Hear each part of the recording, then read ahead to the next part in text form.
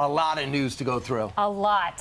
To a new twist in the mystery of how cocaine made its way into the White House. All right, in a different place than we thought. The Secret Service is now saying the drug was found in a more secure location as the Biden administration dodges questions on the matter. More secure, really? Griff Jenkins is live outside of the crime scene with the very latest. Griff? Hey, good morning, Steve, Kaylee, and Brian. It's been 5 days since cocaine was found in the West Wing, and still no suspect or suspects have been identified, and we know few details, but as you mentioned, we do learn more about the actual location. Remember, first we were told it was in the library, then we were told it was in this heavily trafficked area, which led us to believe that it was the public or visitors that were on a regular tour. Now we know it is in the West Executive area, which in that area, from our folks like you, Kaylee, that have been there and spent time there, we know that it is an entrance used by staff that come from places like the DOD, DOJ, the CIA, FBI come in that entrance, very close to the Oval Office and right next to the Situation Room where this cubby area was believed to be where this was found. Now, the Secret Service tells us we may not know any details until next week as the earliest, but it has certainly led a lot of speculation as the Secret Service reviews all the cameras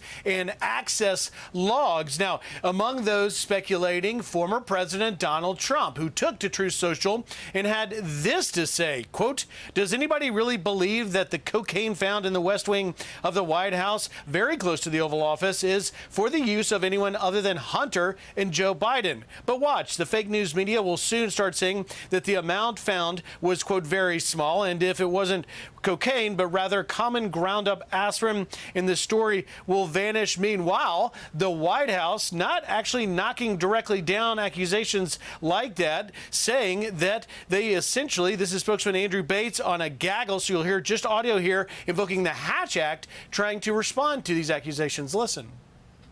Former President Trump has made some pretty wild posts recently on social media. One of them was that the cocaine found in the White House had belonged to either the president or his son. Are you willing to say that that's not the case, that they don't belong to them?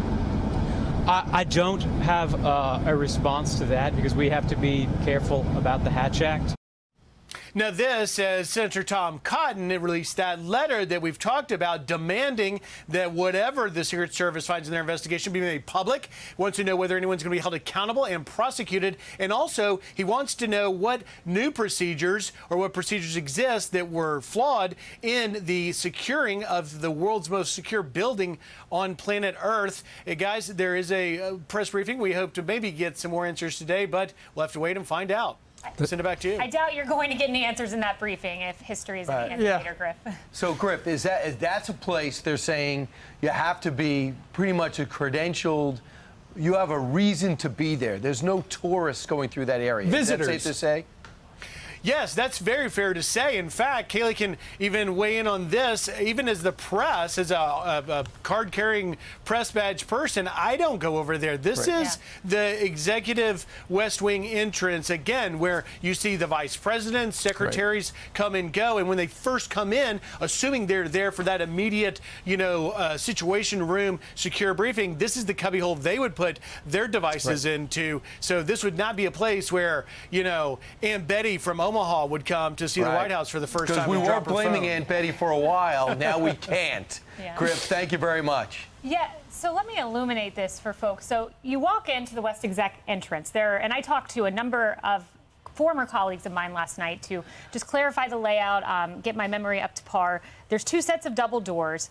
There are cubbies that tourists would walk by. These cubbies are not utilized by White House staff. They're utilized by tourists. These are the ones when you walk inside West Exec. If a staff member is given a tour to a friend. Exactly. They're like little mailboxes. They're pretty ornate. They do have a lock on them. So that's the entrance of West Executive. You get to the Secret Service officer who's sitting there, and then to Griff's point, you keep going, you get to the White House mess, it's a pretty short walk, you turn, you get to the Situation Room, and that is where staff would set down their phones. You'd set it down before you go into the secure location. Or your Coke. There are no cameras, no cameras, I was told, in the West Wing, so they're having to rely on cameras outside of the West Wing. But interesting, one point that was emphasized to me over and over again is the Secret Service. No one is covering for the White House. So any sinister allegations out there that the Secret Service is covering for the White House, absolutely not. These are the best of the best. And just final point, Andrew Bates saying I can't answer a cocaine question because of the Hatch Act. That is ridiculous. The single worst answer I've ever heard a press secretary give. Wow. Go back to 101. So to finish up that sentence, he said, after he said Hatch Act, he said, what I will say is that I have noticed that there does seem to be some increasing frustration coming from that corner in general, and I think it's probably rooted in the contrast between their substantive policy records.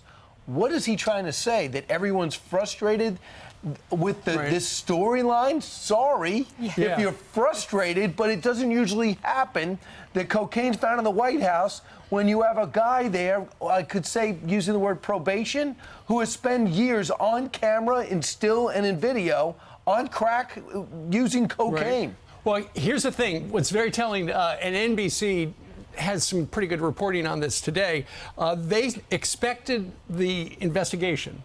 The White House officials said it's going to take a couple of weeks. They're now saying it's going to be wrapped up by Monday. I saw that. So you know what?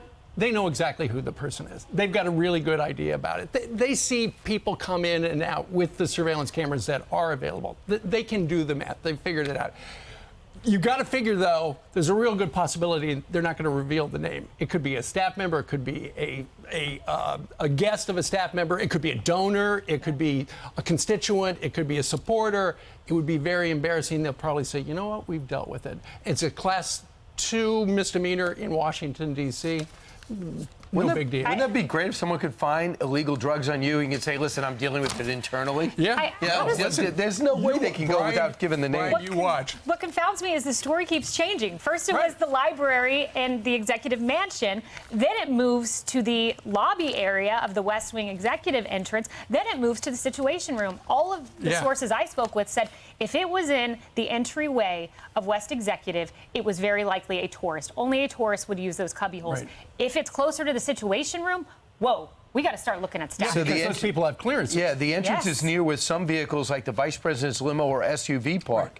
It's one floor below the main West Wing offices and on the same floor as the Situation Room and dining area. So if it is Hunter Biden's, is that a violation of the plea deal? I imagine you can't get a plea deal and still do drugs or decide to lie on a gun form or go buy a gun if you are getting this sweetheart plea deal. But the belief they haven't that agreed to the deal yet. That's July 26th. True. And to believe it's Hunter Biden's, though, is to believe that this evaded the sight of Secret Service for 48 hours. It was a small bag, I will say. But it's hard for me to believe that. Well, But who You knows? mean it's hard to believe it's Hunter Biden's? Why? Because I think Secret Service would have found this. Secret Service is good. They're top notch. But it was a small bag to that point because Hunter Biden size was of in a Camp dime. David. So it would have had to have been left, 48 to 60 hours before it was discovered on Sunday. Well, sports betting has figured it out. There's an item in the New York Post today where they assessed the odds. Hunter Biden, 2-1 odds that the coke is his. 10-1 odds that it's a Jonas brother. 16-1 odds that it's Snoop Dogg.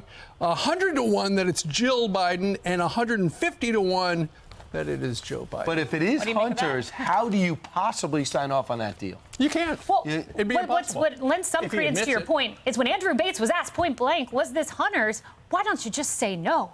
Yeah. Maybe he doesn't Why don't know, you just say which no? means he can't say no, right? Or else he would love to have Or said maybe no. he knows the truth. Nancy Reagan always said, just say no.